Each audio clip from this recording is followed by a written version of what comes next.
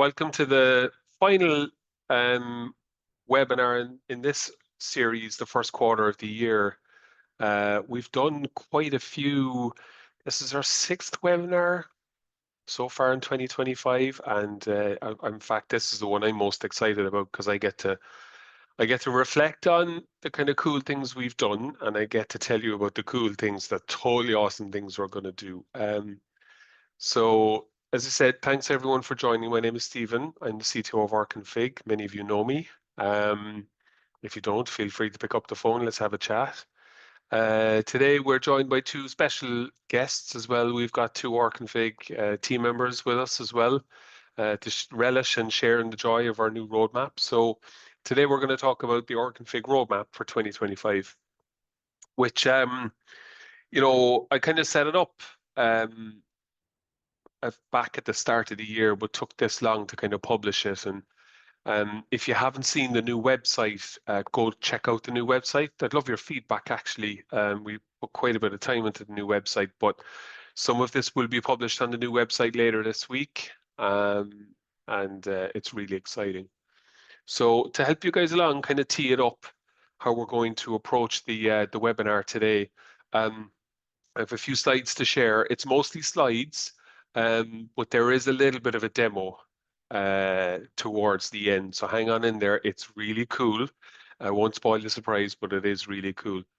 I'll go through the roadmap a little bit, tell you how the kind of rConfig products have expanded quite a bit this late last year, early this year, and hopefully we'll open for some questions and answers at the end.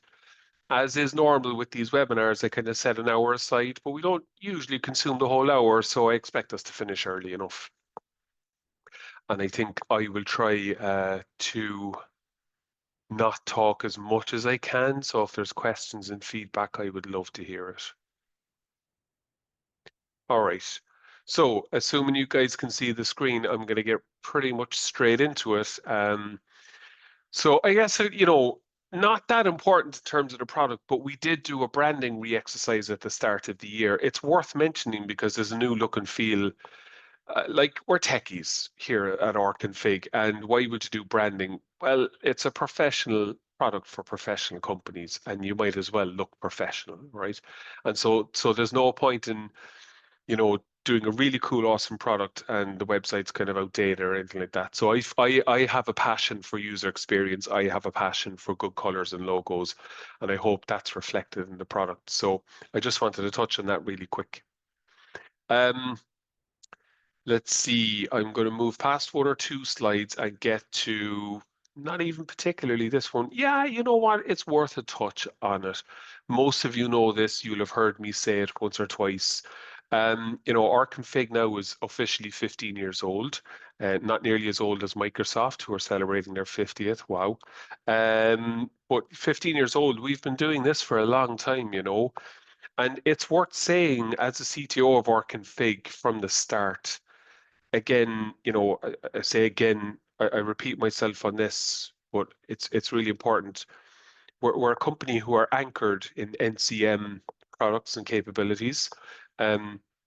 We have a lot of expertise in NCM, network automation and backups and compliance, and we've been doing it a really long time.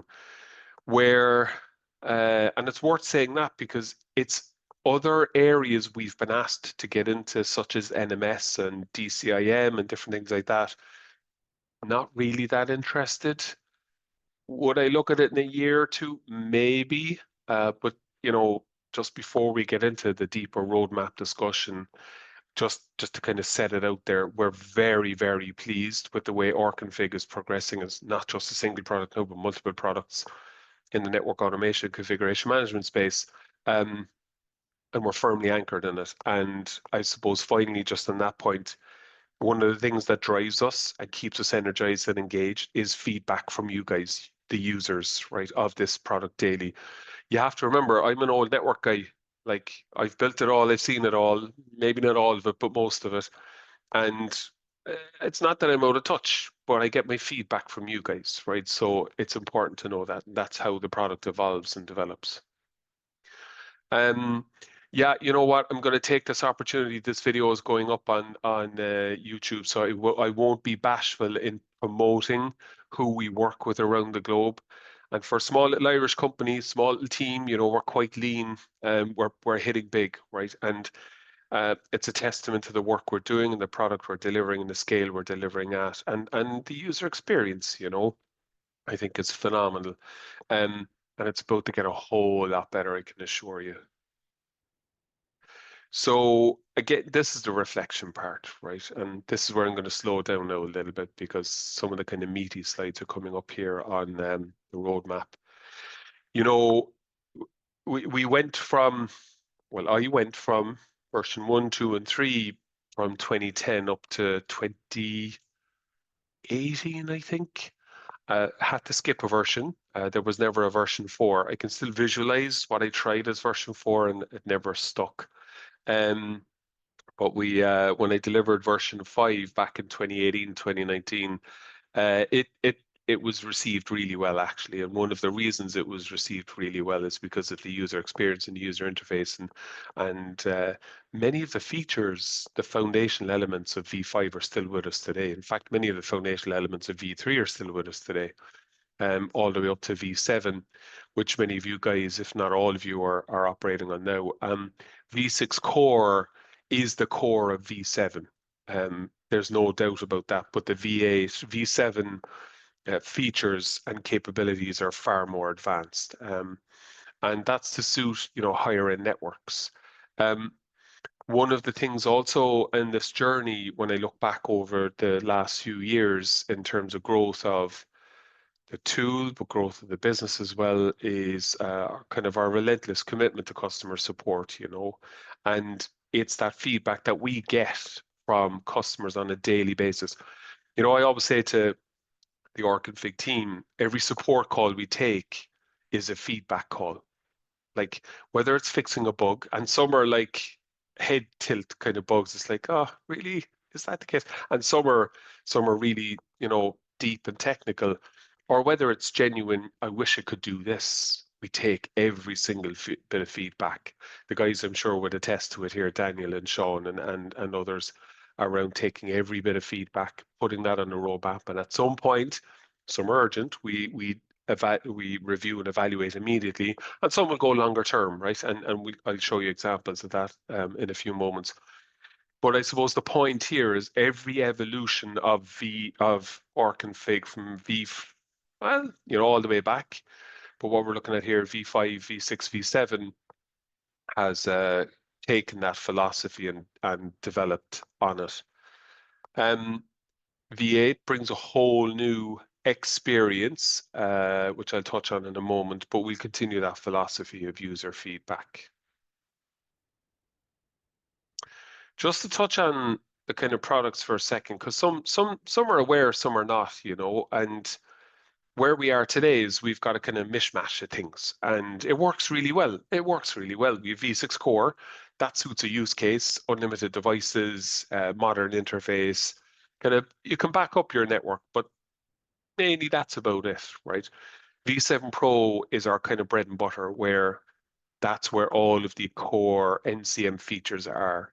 A quick side note on all of the, I love telling this, right, because it's true, and I'm really proud of it. In 15 years of building rConfig solo and as a team, we've had 3 CVEs. The last one was in 2019. And there are no CVEs, there is no tech debt in rConfig. So from a code engineering perspective, I'm really proud of what we've achieved in that regard. But V7 Pro is the professional features version. Vector and Enterprise, by and large, are the same suite of products. The primary difference between Vector and Enterprise really is pricing and support, depending on the type of enterprise and your own needs. But essentially, it's a 3-tier product portfolio with a central manager, V7 professional servers as the kind of middle tier, and the Vector agents are brand new agent software, kind of at that bottom collector level. I'll touch more on that in a moment. And we've done videos and webinars and that recently, so I'm not going to get into huge detail. So from what I can tell from my research, it is the most comprehensive NCM offering out there anywhere, um, and the most robust and most stable and most secure that I can tell. I've yet to be proven incorrect in that, but it's an assertion that I'm quite proud of.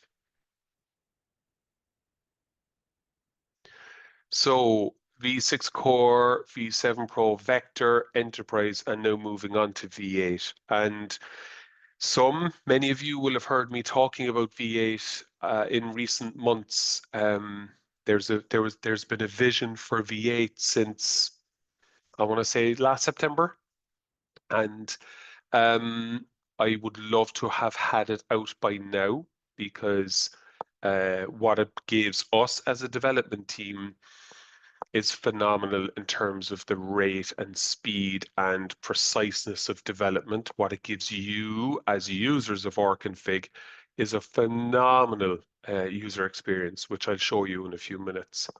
But we had to prioritize some other things. As I said, we're a lean development team, so we needed to prioritize Vector, the remote collector. We needed to prioritize the central manager.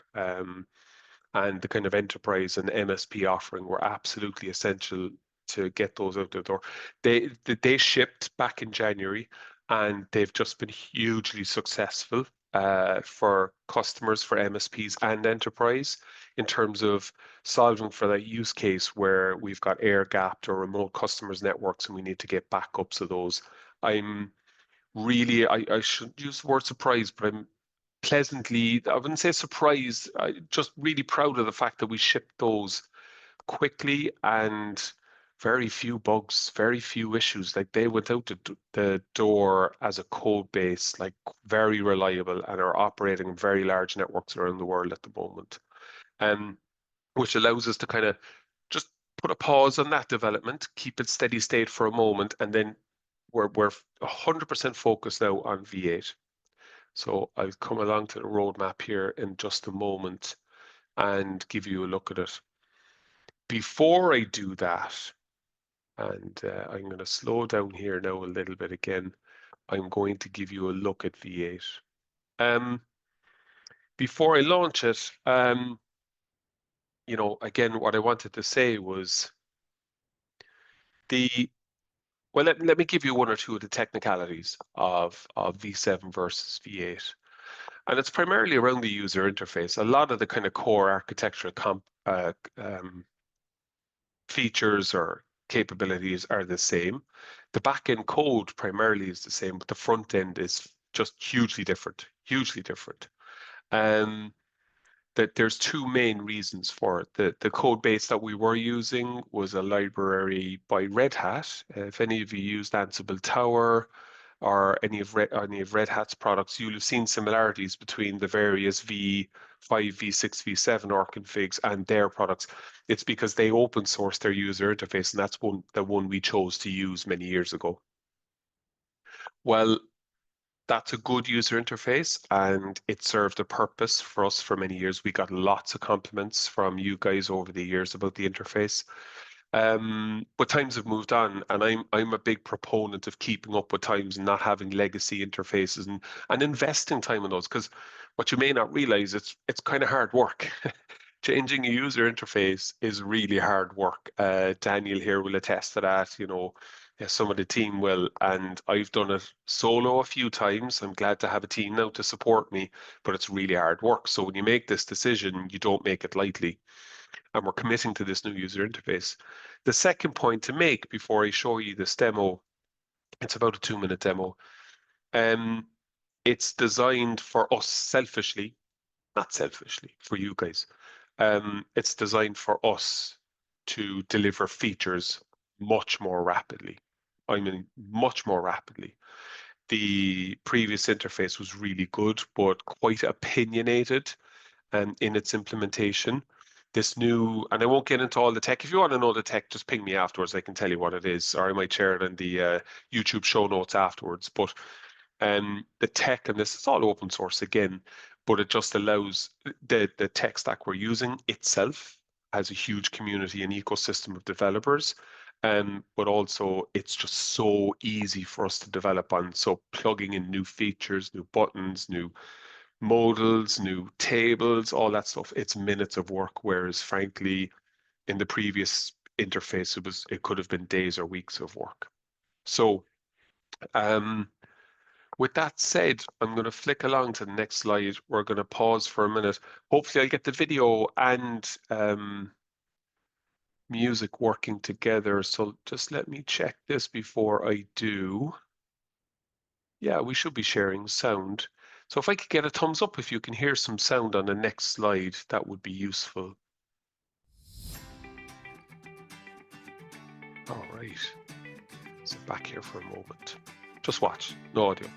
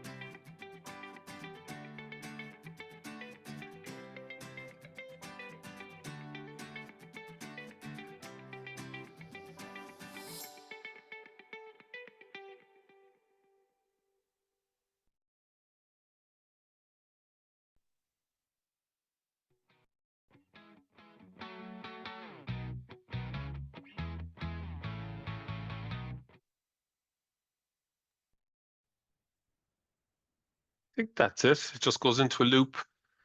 Um, Thoughts, feedback, thumbs up, kind of scary.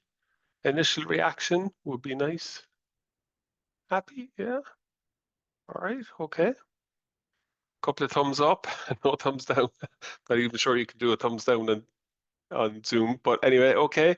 So, I mean, what you saw there, okay, so a couple of things on that. Let me loop it here while I talk about a couple of things actually, because this is V8. What you're looking at is V8. It's work in progress.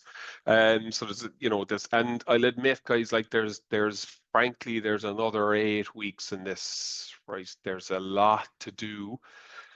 Um, the experience of getting configs, like a lot is familiar, just the style is different, right? And a lot is different, okay?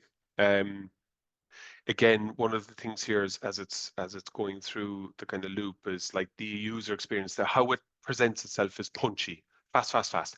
And I always designed rConfig like that because I always say about config management, config management should happen in the flow of your work, right? So when you get into a tool, you want to do something, you want to get out and do something else. So it needs to be punchy. So it's designed with that experience in mind. And then there's a lot of user experience thought gone into this in terms of workflow across the user interface. So hopefully it's even more intuitive than it was in the past. Retrieving data, like you can see here, all of the command line stuff is going to be the same, right? So as I said, a lot of the backend features are going to be the same. But the experience, look, search and compare, kind of grouped in activities are grouped together in a window style format, which again should be intuitive. Daniel, who's on the call, put a ton of work into the settings page here. So we're taking some things out of the, let's say, the dashboard in different places and bringing them down into settings. Settings again should look very kind of pretty easy on the eye. One thing in terms of the coloring, we're sticking with dark mode early on, even though we have a little light mode button in the top right hand corner. If you're desperate for light mode, talk to us. But we're going to focus on dark mode, getting it out the door. So anything else to say on it here? Daniel, I'm putting you on the spot. Is there anything you might want to offer that maybe I'd have missed on? You're working hard on this at the moment. Feel free to come off mute and offer a comment. No, just it's amazing, working this experience of the interface, and we are still hard working very in this new BA interface. So any thoughts, any feedback is very appreciated. Cool. Yeah, Daniel's working really hard on this. As you can see, he's in a dark place working hard on it, but I like really appreciate it because it's so thanks, Daniel. I appreciate that. No problem. So let's get on to the roadmap slides. Before I get onto the high level slide, just to say that all roadmap items, the detailed, I'm going to touch on the higher level roadmap here in a second. The detailed roadmap items are all on portal.rconfig.com /roadmap. All subscribers can see the detail, can contribute to the roadmap by raising tickets. Oops, skipped ahead. And this is just a screenshot today, which has been updated since. And you can filter by features and statuses and different things. So if you have specific questions, go check here first and then come back to us. But there's 115 or 120 items, detailed items in the roadmap presently. That is due for a prune again pretty soon once we start closing in on the V8 release. But let me now take you to the kind of final slide where we'll talk about the plan for the rest of the year. So I've broken this slide down into 4 quarters. So we're kind of here, Q2, start of April. So the first thing I want to talk about are AI plans for rConfig. And I don't have AI plans locked into the roadmap yet. It's up here, kind of outside the roadmap.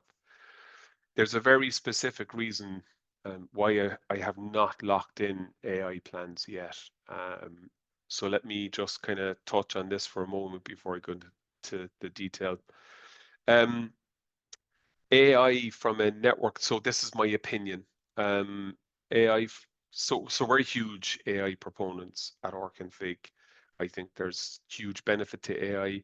I'm also ex-corporate America, and I know from an AI perspective, there's a lot of concerns in large and small organizations around data specifically, right? And so, in my view, mixing config management and AI needs to be done carefully and it needs to be well considered. I think I already have a half a dozen strong use cases in my mind around how to integrate AI to rConfig and how they can solve problems, real world day-to-day problems for you guys, okay? But I'm not ready to do it yet. I think we're a year and a half-ish, 2 years into this kind of AI journey as an industry, and I'm keeping a very close eye on how the data piece specifically around AI can be more secure. Okay, so I have some ideas. I know what use cases we have for rConfig for AI. It's the integration of AI because rConfig, we'll remember, is an on-premise only installation. Only this year we were asked for our first SaaS version of it. And frankly, as a company, we're not interested in hosting your data. So that's the biggest piece for us to figure out. The reason to not make a decision on AI today is because that whole piece. So we've heard about we're aware about cloud repatriation, bringing your data from the cloud back on premise, more investment in on premise because of the kind of pervasive ongoing perpetual cost of cloud and all that kind of stuff, right? So the biggest challenge I want to spend some time later this year, it won't be immediately, is how do we give you guys AI capabilities in your data centers or integrate with your existing AI capabilities to give you a good AI experience with rConfig. And that's the biggest one I want to crack. That's not urgent for me right now. And customers have not come with an urgent requirement around rConfig and AI integration. So I just want to take a little bit more time. I'd confidently say, though, later in the year, we'll start to see our first AI use cases roll out on rConfig. Finally, on AI, the new user interface will lend itself to a far more advanced AI experience when you're opening a config and you want to maybe do some analysis or get some feedback on it, the new user interface. So things will line up at the right time later in the year around AI. Okay, so I just wanted to touch on that one, give a couple of opinions, and then move on to the roadmap. So let's just take the swim lanes as they are. Let me talk across them for a couple of minutes. It's 5 minutes max, and then we'll open it for Q&A. So V6 Core is going to move to V8. We are introducing the exact same interface for V8. It will become V8 Core around the same time we release V8 Pro. In fact, the work is already done on V8 Core, and we're just probably going to release both of them together because as we fix things in V8 Pro, we'll fix them in V8 Core as well, and so we're releasing a kind of a parity code base.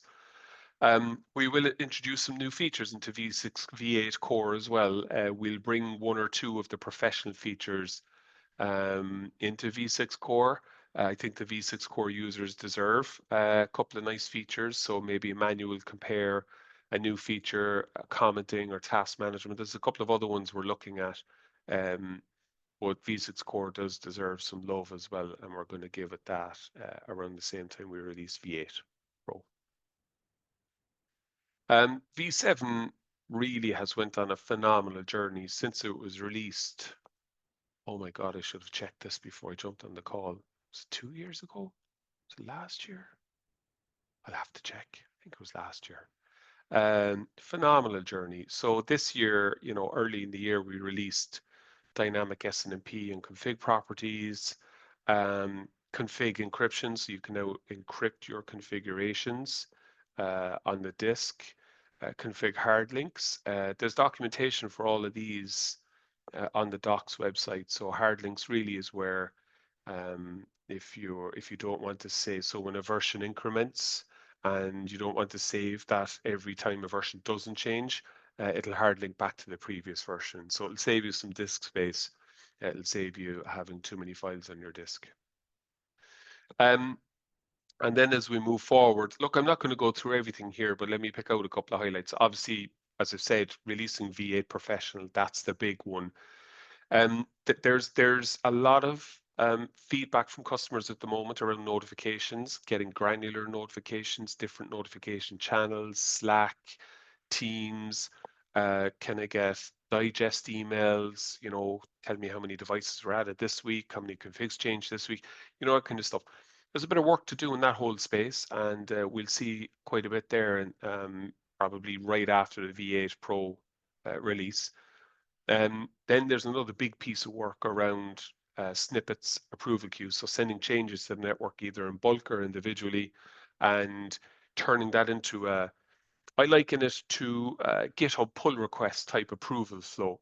You submit a change, it goes into a queue for review, you review that change, you accept, you decline it, you make changes to its implementation time, all that kind of workflow, right?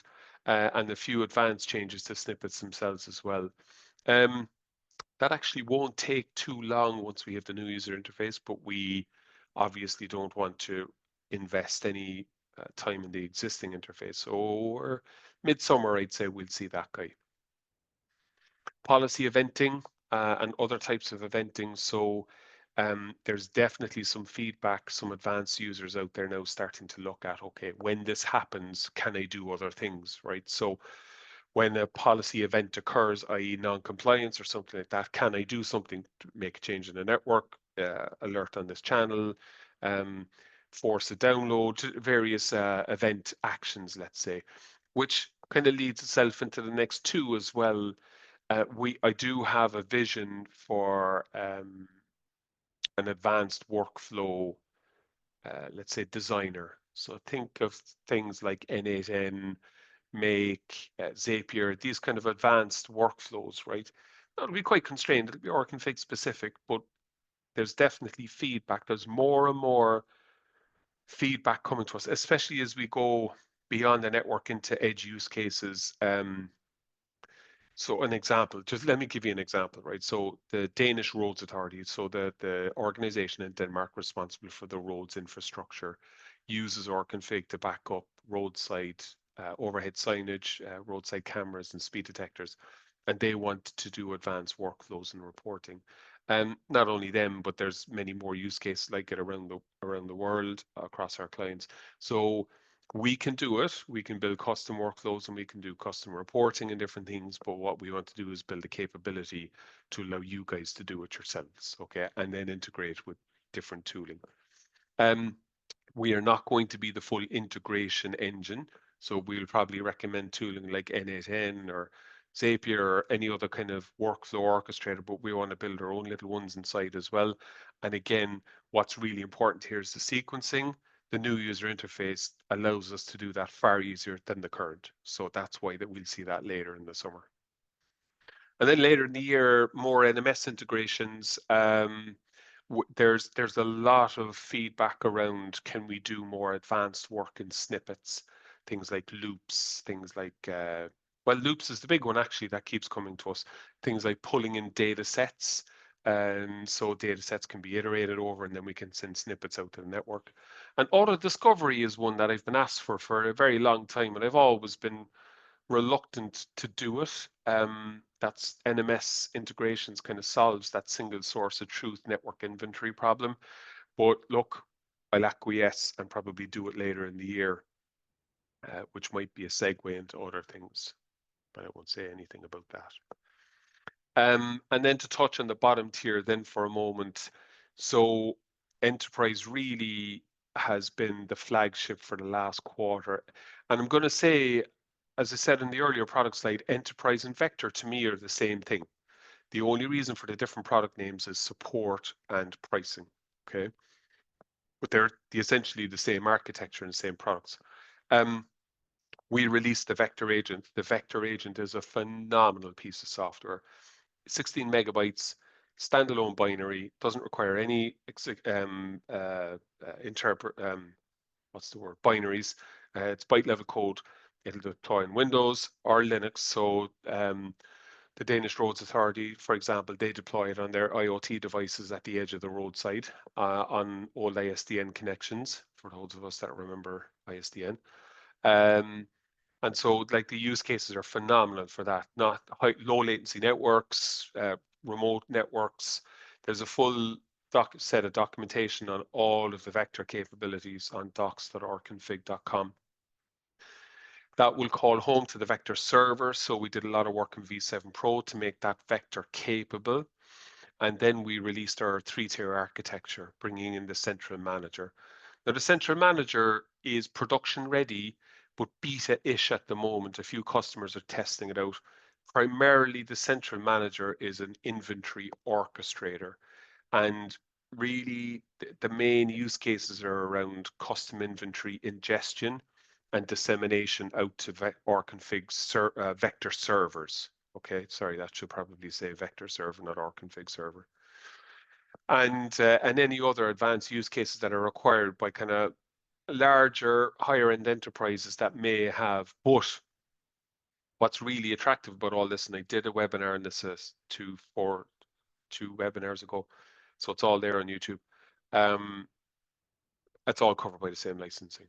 There's no extra price. There's professional services for central manager, but We look at your requirements, we build capabilities to suit your network, and we orchestrate your config management all the way down to the agent, the collector, and the network itself. It's a phenomenal piece of work. But then what we'll see, we will continue to evolve the vector architecture and the vector agent capabilities. So we'll do some work on the vector agent. So right now it's just backing up via SSH, not doing telnet, guys. We're not doing telnet. I say it to every customer. If you're backing up telnet, you probably, and I know some networks are really, really old, and we've got telnet out there. Look, it's 2025. I don't need to be apologetic for it. We can't do telnet. But we will do snippets next, right? That's coming. Moving into the kind of Q3, we'll do SNMP, polling, we'll do API backups. Not a strong use case for that one right now.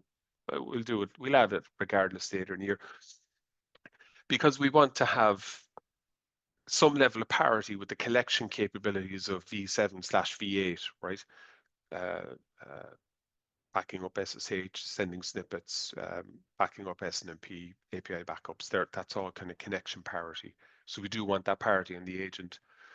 White label capabilities, something we're being asked a lot for lately, around putting rConfig as your service product capability offering. That's something that will come later in the year, and we'll see a second version of the agent, I'm certain, by later in the year.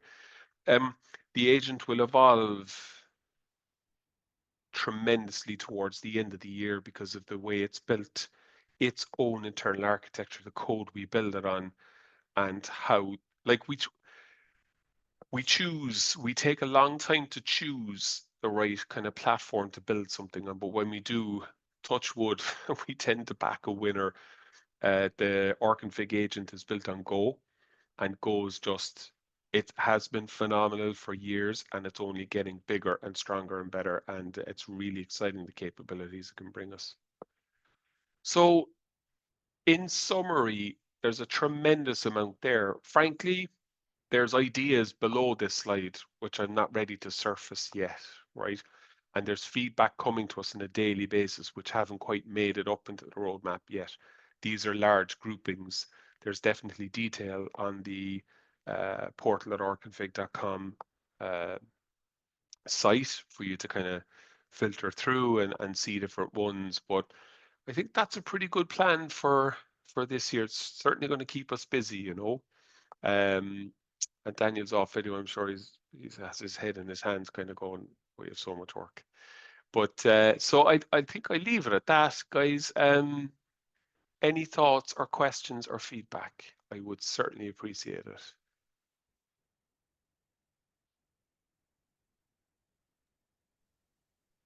Hi, Steven. Gregory here. Hey, Gregory. Can you cover briefly licenses? Like what we expect? We have to renew in August, and we seems to be on V7 professional right now. Anything changing based on that roadmap? Or something what we expect? We're just renewing and buying like another pro licenses? It's great. Thank you for asking. It's a great question. I'm sorry I didn't kind of proactively cover it. There's no changing to license. No changes whatsoever. Anybody on V7 professional license today, V8 is just another update. That's all. Anybody on enterprise, V8 is just another update. That's all. And I can confidently say on pricing, there's no adjustments to pricing this year either. Now, unless they slap tariffs, and I'll be frank, unpolitically, unless they slap tariffs on software, which they can't, there's no adjustments to pricing this year. So, does that help? Yeah, of course. Thank you. Perfect. You're very welcome. I just need to plan accordingly. Of course, of course. Ping me offline if you need a quote. We're actually, and you're not the only one, Gregory. You don't need to give any details, but you're not the only one asking for quotes now for 3-6 months in advance, right? So if you need one, just let us know. There's no problem. We're locking in. We're good, you know. So Okay, I'll ping you in May. absolutely, no problem. I get it. It's a funny world. It's a funny world. Unpolitically speaking, of course. What else, guys? Any other thoughts or comments? I'm happy to leave it at that, and you can ping me directly offline. Okay, perfect.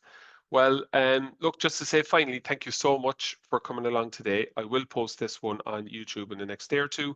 That's the end of our webinar series, which I feel quite sad about. I must do another one pretty soon, maybe next quarter. I might do another half a dozen series, but I appreciate everyone for coming along, and thank you so much.